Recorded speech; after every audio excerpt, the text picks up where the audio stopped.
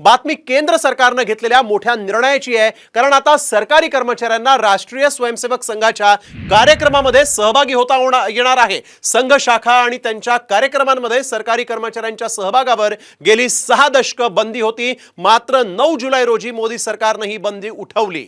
नेमकी काय होती ही बंदी आणि ही बंदी उठवण्यामागचं कारण काय, त्यासाठी पाहूयात साम न्यूजचा हा एक विशेष रिपोर्ट। सरकारी कर्मचाऱ्यांना संघात एंट्री।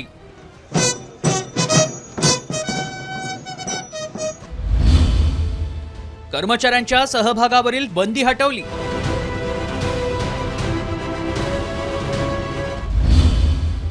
केंद्राच्या निर्णयानं संघम शरणम गच्छामी।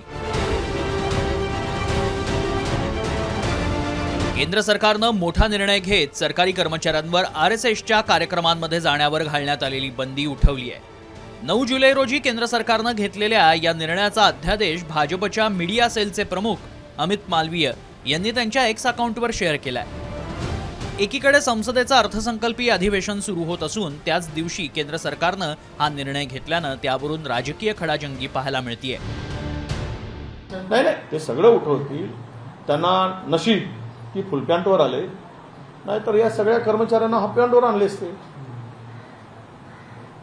त्यामुळं मला असंही म्हणायचं की तुम्ही तो जो आदेश काढला सरकारी कर्मचाऱ्यांना सहभागी होता येईल संघाच्या ह्याच्यात, त्याबरोबर दुसराही आदेश काढा की ते अधिकारी सर्व हाफ पॅन्टमध्येच येतील, असा आदेश त्यांनी काढावा आणि आपल्या लाईनीमध्ये उभं करावं। महात्मा गांधींच्या हत्येनंतर काँग्रेसचा संघावर बंदीचा निर्णय। 1966 मध्ये देशात गोहत्या बंदीचा कायदा करण्याची मागणी। 7 नोव्हेंबर 1966 रोजी हजारो नागा साधू अघोरी संसद भवनात दाखल झाले। पोलीस साधूंमध्ये चकमक झाल्यानं पोलिसांनी गोळीबार केला। निदर्शनांना भारतीय जनसंघ राष्ट्रीय स्वयंसेवक संघाचा पाठिंबा होता। त्यानंतर सरकारी कर्मचाऱ्यांच्या आरएसएस मधील सहभागावर बंदी घालण्यात आली। 1975 मध्ये आणीबाणीत पुन्हा संघावर बंदी घालण्यात आली। 1992च्या कार सेवेदरम्यानही संघावर बंदी घालण्यात आली। 9 जुलै 2024 रोजी सरकारी कर्मचाऱ्यांवरील बंदी हटवण्यात आली। लोकसभा निवडणुकांनंतर भाजप आणि राष्ट्रीय स्वयंसेवक संघात सारं काही अलबेल नाही। स्वतः संघाचे सरसंघचालक भागवतांनी भाजपला कानपिचक्या दिल्यानंतर संघ विचारांच्या मासिकातनं बोचरी टीका भाजपवर करण्यात आली। विरोधकांनीही भाजप आणि संघातील नाराजी नाट्यावर तोंडसूक घेतलं होतं। त्यातच केंद्रानं सरकारी कर्मचाऱ्यांवरील संघातील बंदी आदेश रद्द केलाय।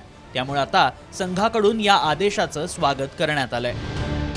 राजनीतिक स्वार्थों के चलते तत्कालीन सरकार द्वारा शासकीय कर्मचारियों को संघ जैसे रचनात्मक कार्य करने वाले संगठन के गतिविधियों में भाग लेने के लिए पाबंदी लगाई गई थी। वर्तमान के शासन ने आज उस पाबंदी को जो हटाया है, ये निर्णय समुचित है और भारत की लोकतांत्रिक व्यवस्था को ये निर्णय पुष्ट करेगा। लोकसभेनंतर भाजप आणि आरएसएस मधील नाराजी उघड झाली आहे। आगामी विधानसभा निवडणुकांआधी ही नाराजी दूर करण्याचा भाजपचा प्रयत्न आहे।